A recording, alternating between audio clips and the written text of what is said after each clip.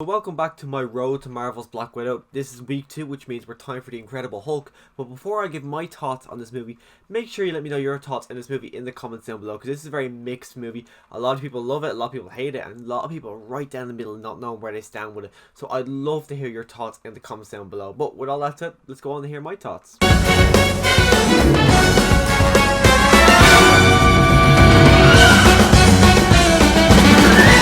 So right off the bat, one of the best things about this movie was the introduction to the movie. I love how Marvel knew everyone knows the origin story of the Hulk, same way they did with Spider-Man when it came to Captain America Civil War. They knew everyone knew the origins of Spider-Man, so they just skipped over it, which is exactly what they did in the Hulk. Now over the credits, they did show his origin story, so just in case you weren't actually familiar with it, here's what actually happened, but they kind of knew. A lot of people who were going to go see an Incredible Hulk movie know where the Incredible Hulk came from, so I really like that they did. Instead of spending the first half an hour to an hour of this movie building up to him turning into the Hulk the first time, I like that they just skipped over it. They briefly showed it and then you get to move on with the story, because I think if it wasn't that, this movie would be really slow and it would probably be really boring. And I can't see a way of them building up the Hulk's origin story and then going straight into the Abomination. I think if they did it that way, it would be very rushed. So the fact that they did it the way they did it makes a lot more sense to this movie, and honestly it makes the movie better in the way that it's not really an origin story, it's just the Hulk continuing on with the kind of mistake he made. And just like in my Iron Man review, I'm going to start off talking about the cast. First up, we got William Hurt, who is playing one of our bad guys in this movie.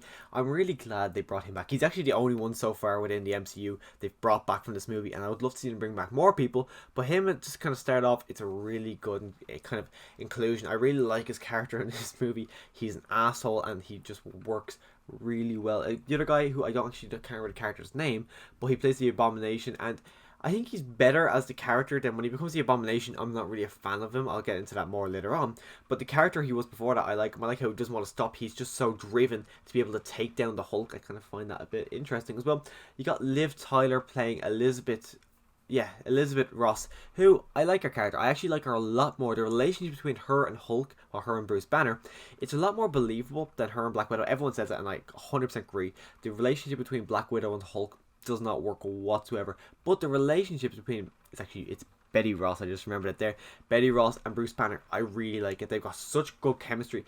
Bear in mind, maybe Mark Ruffalo and Betty Ross would not have good chemistry, but Edward Norton and Liv Tyler, I keep getting all the names mixed up, but Liz Tyler and Edward Norton, the chemistry they had together was really good. You actually believed the relationship, and I was really intrigued with their characters, and I would love to see Liv Tyler back in the MCU. I don't know why they didn't bring her back. I don't know if there's any plans to bring her back, but I would like to see her come back in another MCU movie, especially with the She-Hulk TV series, I would imagine, because I know Mark Ruffalo is probably going to be in that, so maybe bringing Liv Tyler within that TV show would be a nice little, it's going to be an Easter egg at this stage. I don't think it should be a big prominent character, which I would like her to be, because they're kind of bringing Kat Dennings back, who's someone who's been ditched since Thor the Dark Thor.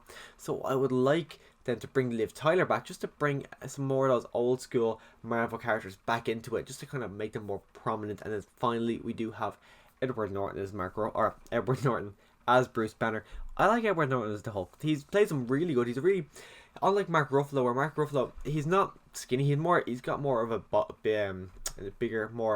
bigger torso than Edward Norton, where he's kind of more very skinny Edward Norton. So to see him transform into the Hulk, it's a bit more kind of terrifying. Every time his eyes lit green, it's kind of a terrifying kind of, because you know what's going to happen.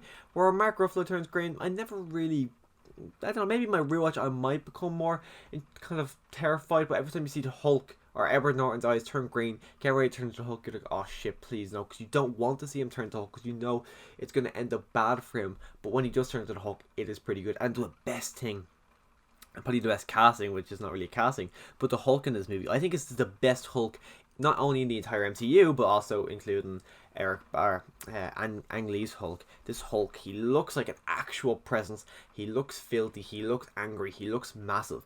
Where Hulks in later movies, like say Thor Ragnarok, even though I get it's kind of played up for a joke, which the Hulk turns into, but in this movie he's a monster, which is the only movie I would actually say he's a monster. And even in the Avengers, which is the follow-up to this movie, I will never say Hulk is a monster the way he is in this movie. I think in this movie, just the Incredible Hulk, the Hulk actually feels like a monster in this movie, which I actually really like. I wish they kind of would go back to Hulk being a monster rather than what they've done in Endgame, because this is the kind of Hulk that I enjoy probably the most of all the different kind of Hulks.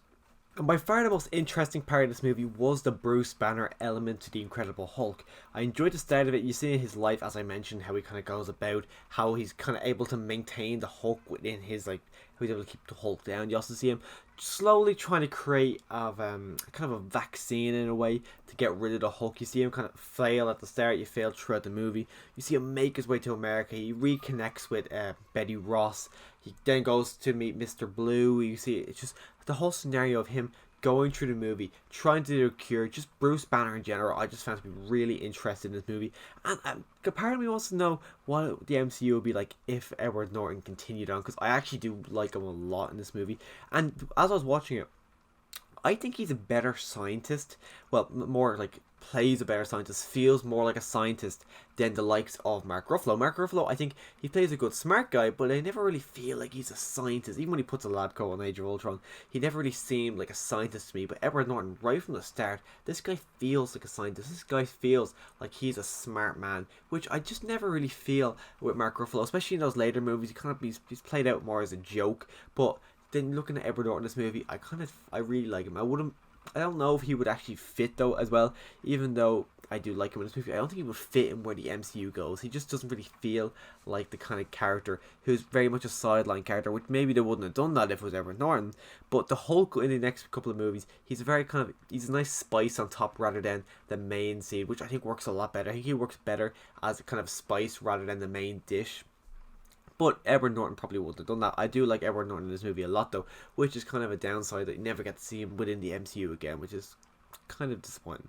There were so many Easter eggs in this movie, and also so many Stark Industry kind of Easter eggs, which makes sense. The movie is kind of based around a military kind of mission, but everything, all the military stuff has Stark Industries. It was pretty cool to see that, especially after coming off Iron Man. It was kind of cool to see all those Stark Industries stuff as well. It's kind of revealed. It's also revealed in the Avengers, but it's also said here for the first time that the experiment the Hulk was actually trying to do, he was trying to replicate what happened with Captain America with the super soldier serum. He tried to test it out himself, it failed. He became the Incredible Hulk. So the whole kind of tie into Captain America, I like that a lot as well. The end credits scene with Robert Downey Jr. makes an appearance in this movie. He plays it really well. Of course, he is Iron Man, but I like the back and forth between him and William Hurt, which we get it in Civil War again, but I would like him to see a bit more of these. Maybe William Hurt, if he showed up in the Avengers, that would have been a nice little idea. Maybe they had plans, maybe they didn't, but I just liked the back and forth between these two because it just seemed so organic, so natural, and I would like to see a little bit more than what we got in Civil War. And the fight scenes in this movie, they're actually a lot of fun. The first main actual Hulk fight scene takes place on the high school field or college field, whatever it was. The Hulk turns into him. It's not really a battle, it's more people come up, Hulk knocks them away, and it's not really a massive battle. The massive battle's at the end, but for a small little battle, it's a lot of fun. You see people get thrown away. You actually get to see the guy who later turns into the Abomination be kicked into a tree, and the way he got thrown into the tree is like the same way as if I got a pen and threw it against the tree. That's exactly how he got fucked against the tree, and it was just brutal. Like literally, he smacks up against it, and I could feel it. It was so real looking, which just honestly, it looked pretty good. And then just the actual final fight scene with the Abomination, I like it. I have massive problems with it, but then before I get into it, the way the Abomination gets created, it was okay. I kind of felt a bit. It felt a bit rushed to me. Even though he's gonna become the Abomination, just the way it went about, it kind of felt a little bit rushed to me. Like, okay, we have to get him to be the Abomination. How are we gonna do him? Oh yeah, we're in this room. Let's just make him now. So that whole element, I felt it was really rushed. But then the fight scene at the end with the Hulk and the Abomination, even though it's a lot of fun, to see them beat the crap out of each other, see the Hulk smash a car in half and pick two halves up and use them as boxing gloves, be able to take a chain and wrap it around the Abomination's neck, seeing a fire and smack it down, all that is so much fun to watch. But I think the final action sequence, even though it's a lot of fun, it's also kind of boring. Like, I enjoyed seeing them fight each other a lot, but it felt to me like it was a video game. Like, you get cutscenes, right? So there's a scene in particular when the Abomination's holding the Hulk up against the wall, and this is one of the main things that made me go, okay, this feels like a video game. He's holding him against the wall, he says a little phrase to him, and then it kind of feels like In that moment, you see a little X button popping up on the screen to say press X, X, X, X to try to get him to push his arm back. Then you see the helicopter light on fire, but you see little sparks showing up. Oh, it's going to light fire. Then you see the fire wrap around, and then it seems like you got a countdown coming up. The Hulk has to get away from Abomination just in the right amount of time to put the fire out. All that kind of just felt like a video game to me, which was one of the reasons why the fight scene didn't really work for me at the end.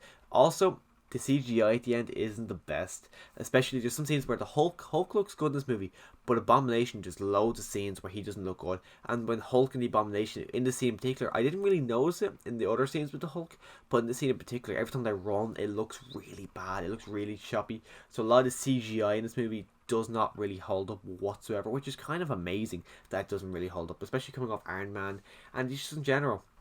I was so shocked to see the CGI in the Hulk just not really working out well. So besides just having a lot of fun with the action sequence, I also did just kind of find it boring, which I'm kind of disappointed by, because I haven't seen, this is my actually second viewing of the movie. The first time I watched it was 6 years ago, and I just never really had that itch to go back and watch it again. But my always kind of, whenever someone asks me about it, my main takeaway from the movie is, oh yeah, that action scene at the end is very fun. I still think it's a lot of fun, but looking at it now, that's not going to be my main takeaway. The main takeaway for this movie in the future, when someone asks me about it, is going to be the story of Bruce Banner, him finding a cure. I think that's kind of storyline is just a lot more enjoyable than the whole action sequence at the end, which I kind of think falls a little bit flat. In terms of the Hulk, I think they're better off. I think they made a right choice never doing a Hulk 2. I know everyone's always screaming for him. I think I think I used to scream for it too when I was younger. I think I want a Hulk movie. Looking at it now, it kind of makes sense what they did. Having kind of a Hulk storyline take place from Thor Ragnarok to Avengers Endgame. That story arc, I think if that was in a movie, it would have been ridiculously boring. But the fact that they stretched it out over 3 years, it worked really, really well. And it kind of made a lot more sense the way they did it. Because the Hulk by himself, I don't think the movies from him work. He works well as a really good spice, but he's not really good as the main dish. So I think the movie has good elements, but I just don't think if it's able to hold up itself up against the other Marvel movies, because Hulk himself, just Hulk, is not really an interesting character, but Bruce Banner is. But just, they can't really balance them. Well, maybe they could, but so far with the movies we've actually had from the Hulk and the Incredible Hulk, they haven't really been able to balance it out. Maybe in the future they will be, but from what we've seen so far, I don't think they've actually made a good Hulk movie. Even though I do like it, I don't think they really have made a good Hulk movie. But that's just my opinion anyways. So if you want to see my thoughts on Iron Man 2, make sure you click that subscribe button so you can come back next week when I do my Iron Man 2. I'll also leave a link to a playlist right here, so if you're watching it in the future, it might have all 23 Marvel movies, but at the moment it's just going to have The Incredible Hulk and Iron Man. But if you're in the future, all the movies will be in that playlist right there. But as always, thanks for watching.